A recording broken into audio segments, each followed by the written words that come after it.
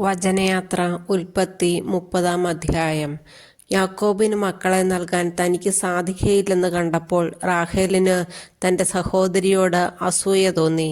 അവൾ യാക്കോബിനോട് പറഞ്ഞു, എനിക്കും മക്കളെ തരിക, അല്ലെങ്കിൽ ഞാൻ മരിക്കും. യാക്കോബ് കോപിച്ച് അവളോട് പറഞ്ഞു, ഞാൻ ദൈവത്തിൻ്റെ സ്ഥാനത്താണോ? അവിടുന്നല്ലേ നിനക്ക് സന്താനം നിഷേധിച്ചിരിക്കുന്നത്? അവൾ പറഞ്ഞു, ഇതാ എൻ്റെ പരിചാരികയായ ബിൽഹ, അവളെ പ്രാപിക്കുക. അവളുടെ സന്താനത്തെ അവൾ എൻ്റെ മടിയിൽ വയ്ക്കും. അങ്ങനെ അവളിലൂടെ എനിക്കും മക്കളെ ലഭിക്കും. അവൾ തൻ്റെ പരിചാരിക ബിൽഹായെ അവന് നൽകി. യാക്കോബ് അവളെ പ്രാപിച്ചു. ബിൽഹ ഗർഭം ധരിക്കുകയും യാക്കോബിന് അവളിൽ ഒരു പുത്രൻ ജനിക്കുകയും ചെയ്തു. അപ്പോൾ റാഹേൽ പറഞ്ഞു, ദൈവം എനിക്ക് അനുകൂലമായി വിധിച്ചിരിക്കുന്നു. എൻ്റെ പ്രാർത്ഥന കേട്ട് എനിക്കൊരു പുത്രനെ നൽകിയിരിക്കുന്നു. അതുകൊണ്ട് അവൾ അവന് ദാൻ എന്ന് പേരിട്ടു. റാഹേലിൻ്റെ പരിചാരികയായ ബിൽഹ വീണ്ടും ഗർഭിണിയായി. അവളിൽ യാക്കോബിന് രണ്ടാമതൊരു പുത്രൻ കൂടി ജനിച്ചു. റാഹേൽ പറഞ്ഞു, എൻ്റെ സഹോദരിയുമായി കടുത്ത മത്സരം നടത്തി ഞാൻ ജയിച്ചിരിക്കുന്നു. അവൾ അവനെ നഫ്താലി എന്ന് വിളിച്ചു. തനിക്ക് വീണ്ടും മക്കളുണ്ടാവുന്നില്ല എന്ന് കണ്ട ലയ തൻ്റെ പരിചാരികയായ സിൽഫായെ യാക്കോബിന് നൽകി. ലേയായുടെ പരിചാരികയായ സിൽഫായിൽ യാക്കോബിന് ഒരു പുത്രൻ ജനിച്ചു. ഭാഗ്യം എന്നുദ്ഘോഷിച്ചുകൊണ്ട് ലേയാവിന് ഗാദ് എന്ന് പേരിട്ടു. ലേയായുടെ പരിചാരികയായ സിൽഫായിൽ യാക്കോബിന് വീണ്ടും ഒരു പുത്രൻ ജനിച്ചു. ലേയ പറഞ്ഞു, ഞാൻ ഭാഗ്യവതിയാണ്, സ്ത്രീകൾ എന്നെ ഭാഗ്യവതിയെന്ന് വിളിക്കും. അതുകൊണ്ട് അവൾ അവന് ആഷേർ എന്ന് പേരിട്ടു. ഗോതമ്പ് കൊയ്യുന്ന കാലത്ത് റൂബൻ വയലിൽ പോയി. അവൻ ദൂദായിപ്പഴം കാണുകയും അവ പറിച്ചുകൊണ്ടുവന്ന് തൻ്റെ അമ്മയായ ലേയായ്ക്ക് കൊടുക്കുകയും ചെയ്തു. അപ്പോൾ റാഹേൽ ലേയായോട്, നിന്റെ മകൻ കൊണ്ടുവന്ന ദൂദായിപ്പഴം കുറച്ച് എനിക്കും തരിക എന്ന് പറഞ്ഞു.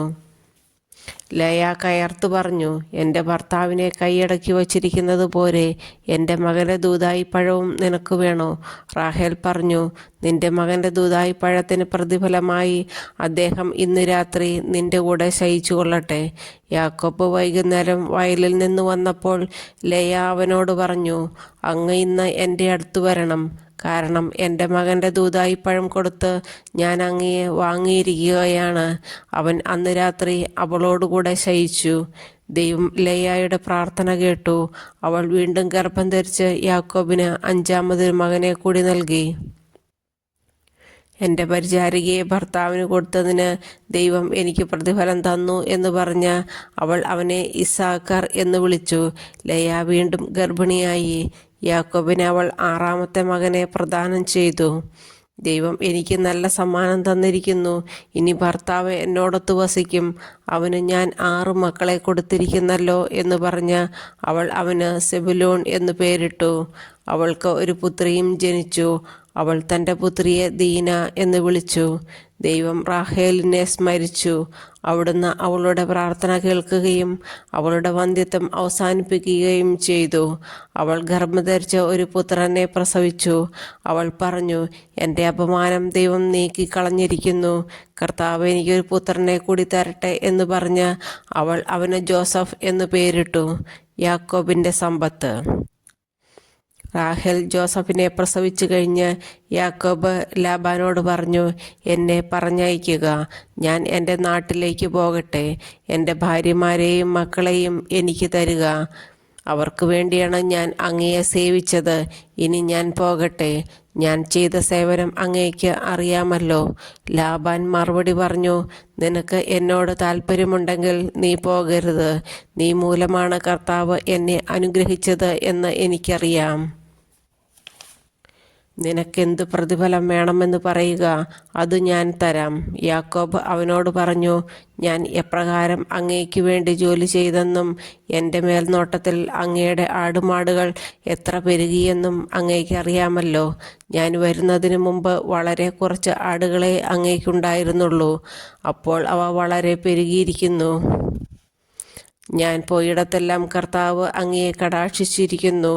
ഇനി എൻ്റെ കുടുംബത്തിനു വേണ്ടി എന്നാണ് ഞാൻ എന്തെങ്കിലും സമ്പാദിക്കുക? ലാബാൻ ചോദിച്ചു, ഞാൻ നിനക്ക് എന്ത് തരണം? യാക്കോബ് പറഞ്ഞു, അങ്ങ് എനിക്ക് ഒന്നും തരേണ്ട. ഞാൻ പറയുന്ന വ്യവസ്ഥ സ്വീകരിക്കാമെങ്കിൽ ഇനി അങ്ങയുടെ ആടുകളെ ഞാൻ മേയിച്ചു കൊള്ളാം. അങ്ങയുടെ ആട്ടിൻകൂട്ടത്തിൽ നിന്ന് പൊട്ടോ പുള്ളിയോ ഉള്ള ആടുകളെയും കറുത്ത ചെമ്മരിയാടുകളെയും പൊട്ടോ പുള്ളിയോ ഉള്ള കോലാടുകളെയും ഞാൻ വേർതിരിക്കാം. അവ എൻ്റെ പ്രതിഫലമായിരിക്കട്ടെ. മേലിൽ അങ്ങ് എൻ്റെ പ്രതിഫലം പരിശോധിക്കുമ്പോൾ എൻ്റെ വിശ്വസ്തത അങ്ങേക്ക് ബോധ്യമാകും. എൻ്റെ കോലാടുകളിൽ പൊട്ടോ പുള്ളിയോ ഇല്ലാത്തതും ചെമ്മരിയാടുകളിൽ കറുപ്പില്ലാത്തതും കണ്ടാൽ അവ മോഷ്ടിക്കപ്പെട്ടതായി കണക്കാക്കാം. ലാബാൻ പറഞ്ഞു, ശരി, നീ പറഞ്ഞതുപോലെ തന്നെയാകട്ടെ. അന്ന് തന്നെ ലാബാൻ പൊട്ടോ പുള്ളിയോ ഉള്ള എല്ലാ മുട്ടാടുകളെയും പെണ്ണാടുകളെയും വെളുത്ത മറുകുള്ള എല്ലാ ആടുകളെയും കറുത്ത ചെമ്മരിയാടുകളെയും വേർതിരിച്ച് അവയെ തൻ്റെ പുത്രന്മാരെ ഏൽപ്പിച്ചു. ബാക്കിയുള്ള ആടുകളെ യാക്കോബിനെ ഏൽപ്പിച്ചു. തനിക്കും യാക്കോബിനും മധ്യേ 3 ദിവസത്തെ യാത്രാദൂരം ഏർപ്പെടുത്തുകയും ചെയ്തു. യാക്കോബ് ഇലവിൻ്റെയും ബദാമിൻ്റെയും അഴിഞ്ഞലിൻ്റെയും പച്ചക്കമ്പുകൾ വെട്ടിയെടുത്ത് അവയിൽ അങ്ങിങ്ങ് വെളുപ്പ് കാണത്തക്ക വിധം തൊലിയുരിഞ്ഞു കളഞ്ഞു. താൻ തൊലിയുരിഞ്ഞു മാറ്റിയ കമ്പുകൾ ആടുകൾ വെള്ളം കുടിക്കുന്ന പാത്തികളിൽ അവയുടെ മുൻപിൽ അവൻ കുത്തി നിർത്തി. വെള്ളം കുടിക്കാൻ വരുമ്പോഴാണ് അവ ഇണചേരാറുള്ളത്. ആടുകൾ ഈ കമ്പുകളുടെ മുമ്പിൽ ഇണചേർന്നു. അവയ്ക്ക് പൊട്ടും പുള്ളിയും വരയുമുള്ള കുട്ടികളുണ്ടായി. യാക്കോബ് ചെമ്മരിയാടുകളെ വേർതിരിച്ച് ലാബാൻ്റെ കൂട്ടത്തിലെ വരയുള്ളതും കറുത്തതുമായ ആടുകളെ നേരെ നിർത്തി. തൻ്റെ കൂട്ടത്തെ ലാബാൻ്റേതിനോട് ചേർക്കാതെ മാറ്റി നിർത്തുകയും ചെയ്തു. കൊഴുത്ത ആടുകൾ ഇണചേരുമ്പോൾ അവൻ ഈ കമ്പുകൾ അവയുടെ മുമ്പിൽ പാത്തികളിൽ വയ്ക്കും. തന്മൂലം കമ്പുകൾക്കിടയിൽ അവ ഇണചേർന്നു. എന്നാൽ മെലിഞ്ഞവ ഇണചേർന്നപ്പോൾ അവൻ കമ്പുകൾ നാട്ടിയില്ല. അങ്ങനെ മെലിഞ്ഞവ ലാബാൻ്റേതും കരുത്തുള്ളവ യാക്കോബിൻ്റേതുമായി. ഇപ്രകാരം യാക്കോബ് വലിയ സമ്പന്നനായി. അവന് ധാരാളം ആടുകളും ദാസീദാസന്മാരും ഒട്ടകങ്ങളും കഴുതകളും ഉണ്ടായി.